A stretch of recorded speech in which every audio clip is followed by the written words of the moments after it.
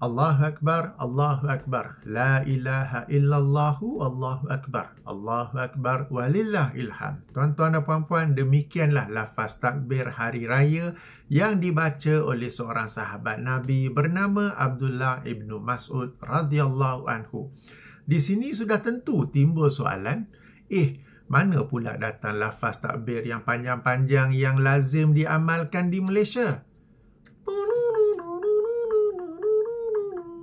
Tuan-tuan dan puan-puan, Assalamualaikum warahmatullahi wabarakatuh. Pada kesempatan ini, alang-alang kita sudah pun menghampiri 10 Zulhijjah, sempena Hari Raya Aidiladha, ingin saya berkongsi beberapa perkara tentang takbir. Bagaimana lafaznya, bagaimana mengamalkannya, bilakah sepatutnya kita mengamalkannya, berdasarkan sunnah Rasulullah sallallahu alaihi wasallam. Pertama sekali tentang lafaz takbir. Ada beberapa lafaz takbir yang diriwayatkan daripada para sahabat Rasulullah sallallahu alaihi wasallam. Pertama, apa yang diriwayatkan daripada Abdullah ibnu Mas'ud radhiyallahu anhu sebagaimana yang dikeluarkan oleh Imam Ibnu Abi Syaibah dalam kitabnya Al-Musannaf dengan sanad yang sahih, yang ini Allahu Akbar, Allahu Akbar. La ilaha illallahu, Allahu Akbar, Allahu Akbar, walillahil hamd. Baik, ada lafaz yang kedua daripada Abdullah ibnu Mas'ud radhiyallahu anhu, yang ini Allahu Akbar, Allahu Akbar, Allahu Akbar. La ilaha illallahu, Allahu Akbar, walillahil hamd. Baik, lafaz-lafaz ini sebelum tuan-tuan puan-puan nak catat ke apa ke, link saya bagi di bahagian description ya.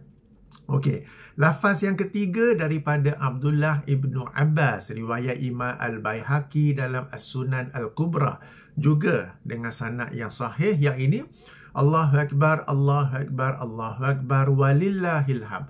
Allahu Akbaru wa ajallu, Allahu Akbaru ala ma hadana. Alright. Dan lafaz yang keempat daripada Salman Al-Farisi radhiyallahu anhu, riwayat Imam Abdul Razak dalam kitab Musannafnya dan dinilai sahih oleh Al-Hafiz Ibnu Hajar Al-Asqalani, yang ini Allahu Akbar, Allahu Akbar, Allahu Akbaru kabira. Demikian ya, pendek-pendek saja. Ada 4 lafaz pendek-pendek sahaja. Di sini sekali lagi, macam mana yang saya katakan tadi, timbul persoalan dari manakah pula datang lafaz takbir yang begitu panjang yang dibaca di Malaysia. Tuan-tuan dan puan-puan, kalau kita baca riwayat-riwayat ini, akan didapati bahawa para sahabat membacakannya, iaitu Abdullah ibnu Mas'ud, Abdullah ibnu Abbas, Salman Al-Farisi, membacanya tanpa menyandarkannya kepada Rasulullah sallallahu alaihi wasallam. Ini menyebabkan sebahagian pihak berpandangan para sahabat ini telah mereka cipta, telah membuat-buat lafaz takbir yang tersendiri. Maka mereka pun, kalau sahabat boleh buat, kami pun boleh buat. Lalu mereka pun adjust, mereka pun modify, mereka pun tambah sehingga apa yang asalnya pendek, makin lama, makin lama, makin lama, makin panjang, sehingga menjadilah ia seperti apa yang lazim diamalkan di Malaysia. Padahal, penjelasannya ya, padahal meskipun riwayat-riwayat ini tidak menyebut bahawa Rasulullah SAW bertakbir sedemikian, namun ketahuilah bahawa para sahabat ini adalah mereka ni adalah orang yang begitu bersungguh-sungguh berpegang kepada sunnah dan bersungguh-sungguh menentang bid'ah. Tidak mungkin mereka ni akan membuat-buat lafaz takbir tersendiri kerana itu adalah bid'ah. Sementara mereka ni adalah orang yang begitu bersungguh-sungguh berpegang kepada sunnah.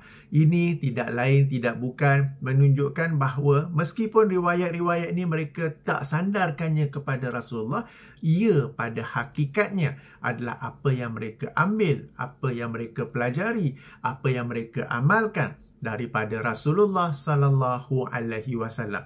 Lebih daripada itu, kalau kita baca riwayat-riwayat ini dalam bentuknya asal, dalam Musannaf Ibnu Abi Syaibah, dalam Musannaf Abdul Razak, ia menerangkan bahawa para sahabat ini, yang 3 ni, mereka bertakbir pada hari raya Aidiladha, pada hari raya Aidilfitri. Sudah tentu sambil bertakbir mereka tak akan menyebut bahawa Rasulullah SAW bertakbir sedemikian ya.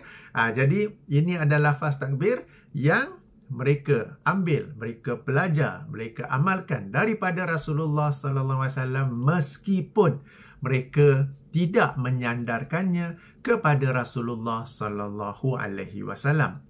Itu poin pertama. Poin kedua, jika kita perhatikan lafaz-lafaz takbir ini, ia ringkas, ia mudah dan boleh diamalkan oleh sesiapa jua. Jika lafaz takbir yang panjang di Malaysia tu, segelintir orang saja yang telah pun menghafalkannya. Dan ini menyebabkan tak ramai orang yang bertakbir, padahal dia berada dalam tempoh masa dianjurkan untuk bertakbir. Dan ini membawa saya kepada poin yang kedua, yang ini bilakah masanya kita ni dianjurkan bertakbir, khasnya ketika dalam bulan Zulhijjah ini. Bagi menjelaskan poin kedua ini, saya dahulukan dengan menjelaskan bahawa takbir ini terbahagi kepada dua, apa yang disebut sebagai takbir mutlak dan takbir muqayyad. Takbir mutlak adalah ia mutlak, maknanya boleh bertakbir pada bila-bila masa daripada 1 Zulhijjah sehingga 13 Zulhijjah. Takbir muqayyad pula adalah takbir yang terikat. Ia terikat kepada selepas solat-solat fardu dan ia diamalkan daripada 9 Zulhijjah selepas solat subuh sehinggalah selepas solat asar pada 13 Zulhijjah. Okey, apakah dalilnya? Baik, kita kembali kepada takbir mutlak dulu. Apakah dalil takbir mutlak daripada 1 hingga 13 Zulhijjah? Baik, dalilnya dua. Pertama, surah Al-Hajj, surah nombor 22, ayat nombor 28. Di mana Allah SWT berfirman, wa yazkuru smallahi fi ayyamin ma'lumat, dan sebutlah nama Allah pada hari-hari yang sedia maklum. Okey. Kemudiannya dalil kedua ialah surah Al-Baqarah, surah kedua ayat 203, di mana Allah SWT berfirman, wazkurullaha fi ayyamin ma'dudat, dan sebutlah nama Allah pada hari-hari yang tertentu, hari-hari yang telah pun ditentukan. Terhadap kedua-dua ayat ini, Abdullah ibnu Abbas, seorang ahli tafsir daripada kalangan para sahabat, menjelaskan sebagaimana yang dikemukakan oleh Imam Al-Bukhari dalam kitab sahihnya. Okey, yang ini dalam aplikasi hadis yang biasa saya guna, dia tak ada. Sebab ia merupakan satu riwayat yang Imam Al-Bukhari kemukakan untuk menjelaskan satu bab. Pula dah. Jadi ia kena rujuk dalam kitab Sahih Bukhari yang asal ataupun dalam perisian Sahih Bukhari dalam Maktabah Syamilah lah. Sila rujuk hadis nombor 968 dan seterusnya. Okay? Seterusnya apabila Imam Al-Bukhari masuk dalam bab keutamaan beramal pada hari-hari tasyrik. Okay? Babu fadlil amali fi ayyamit tasyrik. Okay? Setelah mengemukakan bab itu, Imam Al-Bukhari mengemukakan sebuah riwayat, wa qala Ibnu Abbas wazkurullaha fi ayyamin ma'lumat. Berzikirlah, sebutlah nama Allah pada hari-hari yang sedia dimaklumi. Yang dimasukkan itu ialah ayyamul ashr, hari yang 10. Yang ini daripada 1 hingga 10 Zulhijjah. Wal ayyamul ma'dudat, yang ini surah Al-Baqarah ayat 203 tadi. Yang ini ayyamut tasyrik, hari-hari tasyrik 11, 12, 13. Jadi daripada 1 hingga 13 hari bulan Zulhijjah. Dan ini disebut sebagai takbir mutlak. Kenapa mutlak? Kerana ia bererti kita boleh bertakbir pada bila-bila masa sepanjang daripada tarikh 1 Zulhijjah sehinggalah ke 13 Zulhijjah. Pada bila-bila masa dengan lafaz-lafaz takbir yang semua orang pun boleh amal sebab ia pendek saja. Kalau lafaz takbir yang panjang macam di Malaysia, hanya segelintir saja yang boleh amalkan. Yang lain tak amal, panjangnya aku tak hafal. So akhirnya tak buat langsung. Ya? Baik. Okey, tentang riwayat ini Imam Al-Bukhari mengemukakannya secara mu'allaq, maknanya tanpa sanad. Pun begitu, riwayat dengan sanad telah pun dikemukakan oleh Imam Ibn Hajar Al-Asqalani dalam kitab Fathul Bari ketika mensyarahkan tajuk bab ini. Ya, baik, ini dalil tentang takbir mutlak. Okey, takbir muqayyad pula, takbir yang terikat, terikat dengan apa? Terikat dengan solat-solat fardu, yang ini selepas solat-solat fardu ya. Okey, ia diamalkan oleh Umar bin Al-Khattab, oleh Abdullah ibnu Mas'ud, oleh Abdullah ibnu Abbas dan Ali bin Abi Talib, sebagaimana yang diriwayatkan oleh Imam Ibnu Abi Shaybah dalam kitab Musannafnya, Imam Al-Baihaqi dalam As-Sunan Al-Kubra, dan Imam Al-Hakim dalam kitabnya Al-Mustadrak. Tentang riwayat-riwayat ini, dalam sanadnya ada perbincangan. Pun begitu, memandangkan ia daripada 4 orang sahabat dan mereka menceritakan perkara yang sama, maka ia saling menguat antara satu sama lain. Apakah yang diceritakan oleh 4 riwayat ni sebab? Bahawa 4 sahabat ini mereka bertakbir mulai daripada 9 Zulhijjah selepas solat subuh sehinggalah ke 13 Zulhijjah selepas solat asar. Yang ini selepas solat-solat fardu. Bermula 9 Zulhijjah selepas solat subuh sehinggalah 13 Zulhijjah selepas solat asar. Jadi ia menjadi zikir selepas solat fardu. Jadi inilah yang dimaksudkan sebagai takbir muqayyad. Muqayyad ni berarti terikat. Dia terikat dengan apa? Terikat dengan solat-solat fardu, di mana ia dibaca selepas solat fardu. Baik. Jadi dalilnya sekali lagi adalah amalan para sahabat. Dan sekali lagi saya tegaskan bahawa para sahabat ini adalah orang-orang yang bersungguh-sungguh berpegang kepada sunnah dan bersungguh-sungguh menentang bid'ah.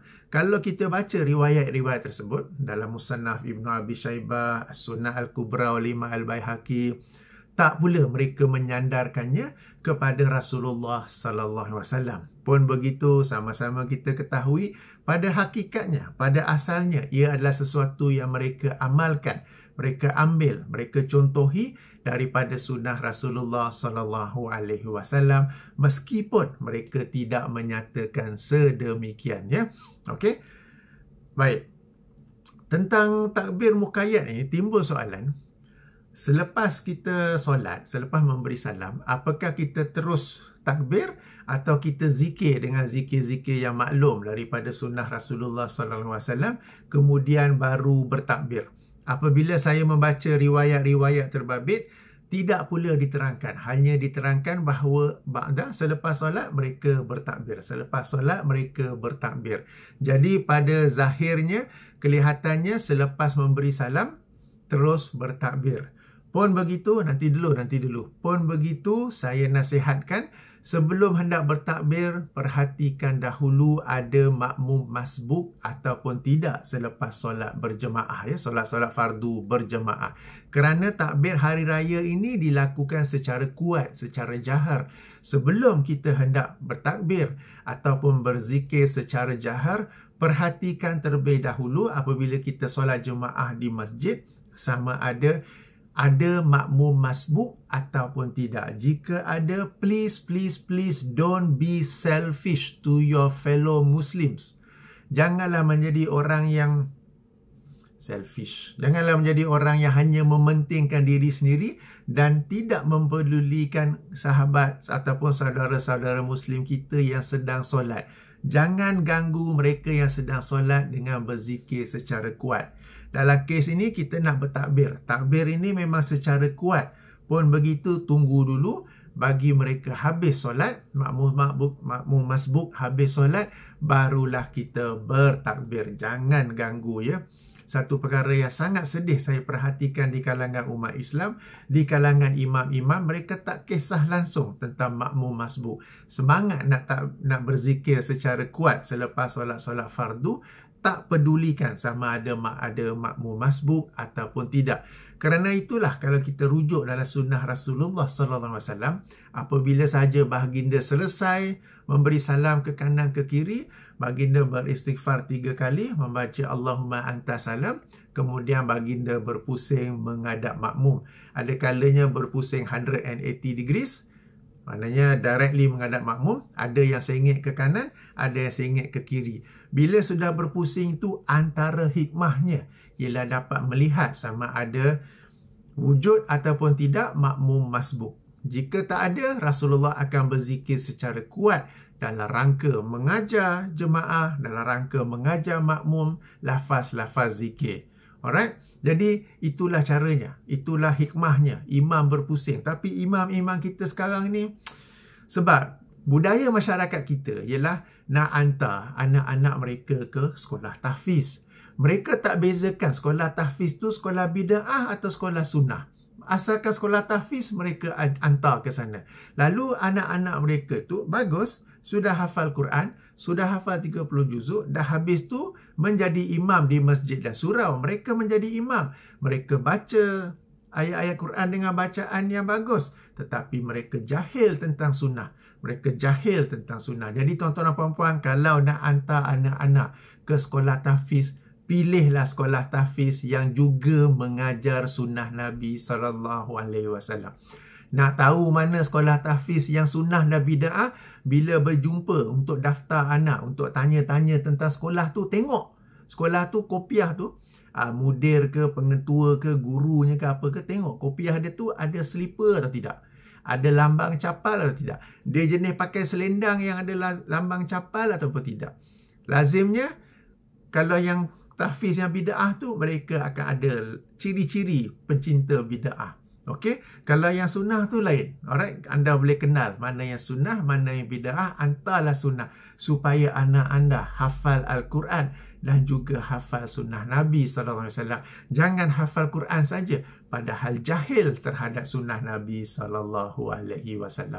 Jadi kembali kepada isu takbir mutlak selepas solat-solat fardu. Apabila solat fardu secara berjemaah, hendaklah diperhatikan terlebih dahulu ada makmum masbuk atau tidak. Jika ada, biar mereka habis solat dahulu barulah bertakbir, sebab takbir ini dilakukan secara jahar. Maka janganlah pula mengganggu mereka. Baik, sekarang berdasarkan jahar ini masuk pula saya ke poin yang ketiga, bahawa apabila dikatakan bertakbir secara jahar, secara kuat, ia secara kuat dengan suara yang asli, yang tulen, tanpa menggunakan bantuan pembesar suara. Pula dah, apa kaitan dengan pembesar suara? Okeylah, kita nak kuatkan, kita jaharlah, semangatlah sikit hari raya. Okey, tuan-tuan dan puan-puan, takbir hari raya adalah secara jahar tetapi tanpa pembesar suara.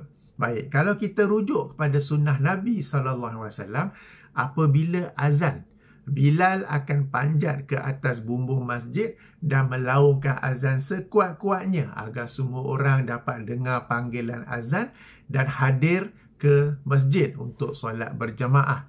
Apabila takbir hari raya, Rasulullah SAW tidak panjat atas bumbung masjid dan tidak juga menyuruh mana-mana sahabat untuk panjat ke bumbung masjid. Mereka berzikir secara jahar. Okey, jahar lawannya sir. Sir itu perlahan sahaja. Perlahan yang boleh kita sebut boleh dengar oleh telinga sendiri yang kadar pendengarannya normal. Ini satu lagi poin penting. Tuan-tuan dan puan-puan, apakah zikir sir? Sir itu sebut yang kita boleh dengar telinga sendiri, dengan syarat telinga sendiri itu kadar pendengarannya normal. Sebab sebahagian orang telinganya kadar pendengarannya dah rendah. Dia kena sebut kuat baru dia dengar. Dia punya kuat tu bukan lagi sir tapi sudah masuk ke tahap jahar. Pernah tak kita solat Jumaat, ada makmum baca punya kuat? Kan? Dia baca kuat pada dia sir, sebab orang bagi tahu sir ini syaratnya ialah you sebut, you sendiri dengar. Dia orang tak tambah dengan syarat telinga tu pada kadar pendengaran yang normal. Setengah orang mungkin dah tua, mungkin bekerja di tempat bising apa ke, kadar pendengarannya sudah rendah, dia kena pakai hearing aid tapi dia tak pakai. So bila dia sebut sir yang biasa, dia tak dengar. Maka dia kena kuatkan suara dia baru dia dengar. Dia punya kuat tu begitu kuat sampai dah masuk ke level jahar, sampai-sampai mengganggu jemaah lain yang sedang solat. Okey, jadi sir ini ialah kita sebut yang kita boleh dengar dengan syarat telinga kita ni berada pada level pendengaran yang normal. Setengah orang level pendengarannya dah jatuh. Okey, dia kena pakai hearing aid tapi dia tak nak pakai. Lalu sihir tu cukup dia menggerakkan mulut tanpa perlu dia kena dengar. Sebab kalau dia nak kena dengar, dia tak nak pakai hearing aid, dia sebenarnya menjaharkan bacaan dia sehingga mengganggu makmum yang lain. Okey, saya tengah cerita apa tadi ya? Okey, alright.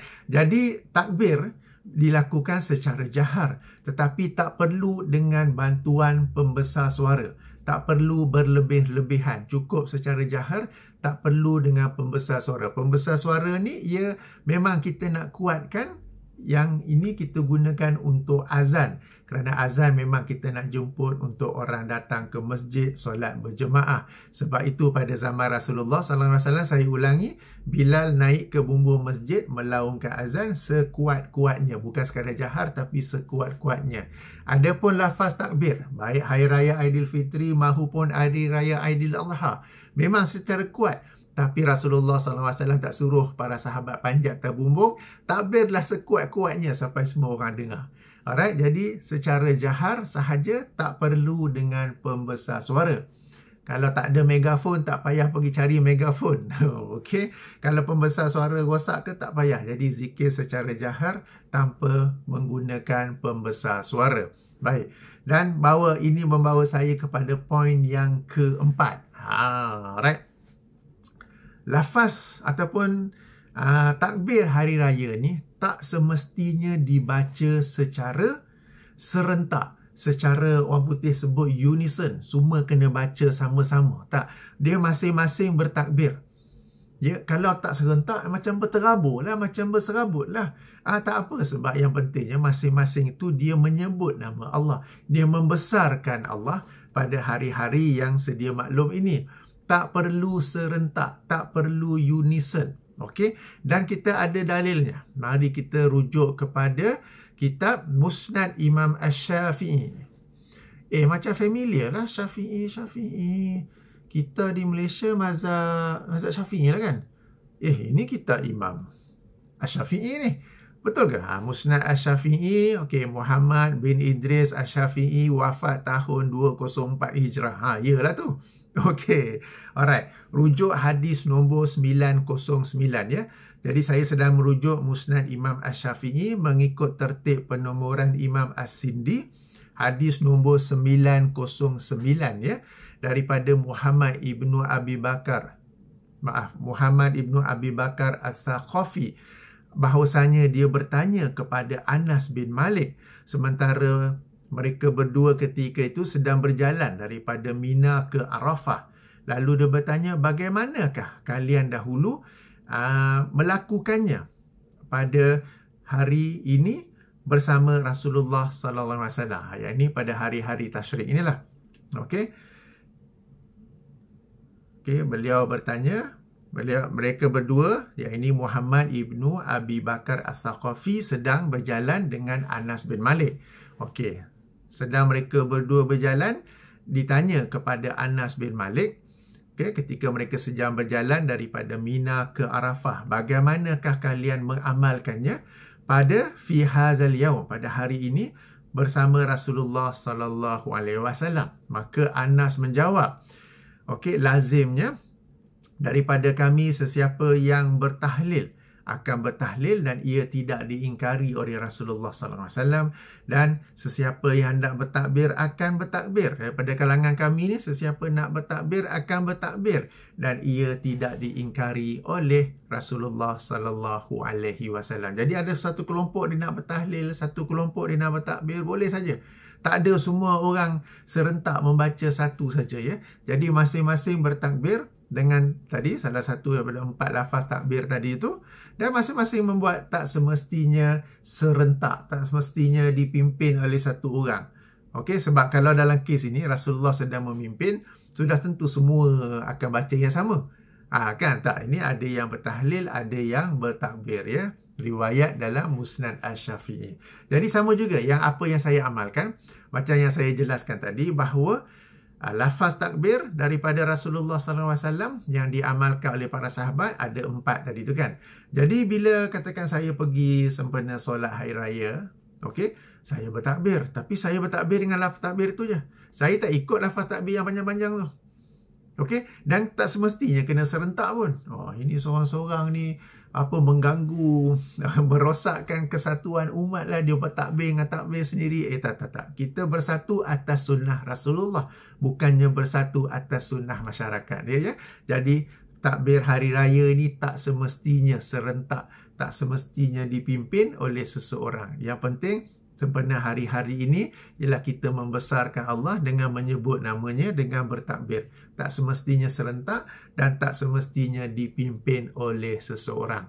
Okey, bahkan kalau tak dipimpin lagi bagus, supaya kita ni ada keyakinan bahawa sebenarnya boleh bertakbir tanpa dipimpin.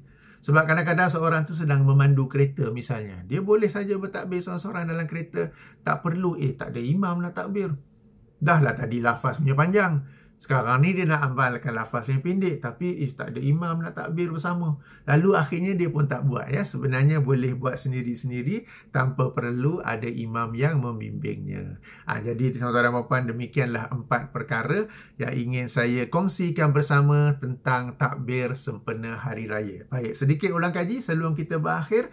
Pertama sekali, ada lafaz-lafaz takbir yang sahih daripada para sahabat. Ianya ringkas, ianya pendek, ianya mudah untuk diamalkan oleh semua orang. Meskipun ia diamalkan oleh para sahabat tanpa mereka menyandarkannya kepada Rasulullah SAW, ketahuilah bahawa pada hakikatnya ia adalah sesuatu yang mereka pelajari, sesuatu yang mereka ambil, sesuatu yang mereka contohi daripada Rasulullah sallallahu alaihi wasallam. Tu yang pertama. Yang kedua, merujuk pada bulan Zulhijjah, merujuk pada hari raya Aidiladha, takbir ada 2 jenis, takbir mutlak dan takbir muqayyad. Takbir mutlak diamalkan daripada 1 hari bulan Zulhijjah sehingga 13 hari bulan Zulhijjah pada bila-bila masa di mana jua. Dalam tandas tu tak payahlah. Okey. Kemudian takbir mutlak pula adalah daripada solat subuh pada 9 Zulhijjah sehinggalah selepas solat asar pada 13 Zulhijjah.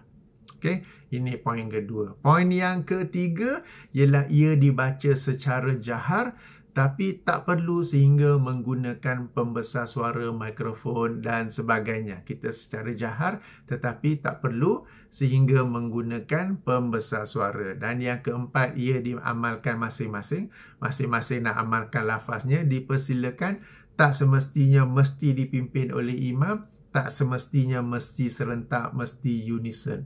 Okay, kalau rujuk pada sunnah Nabi SAW, masing-masing bertakbir kerana masing-masing membesarkan Allah pada hari-hari yang mulia ini mengikut lafaz yang dipilih olehnya. Jadi tuan-tuan dan puan, itu sedikit yang ingin saya kongsikan. Subhanakallahumma wa bihamdika asyhadu an la ilaha illa anta astaghfiruka wa atubu ilaika. Assalamualaikum warahmatullahi wabarakatuh.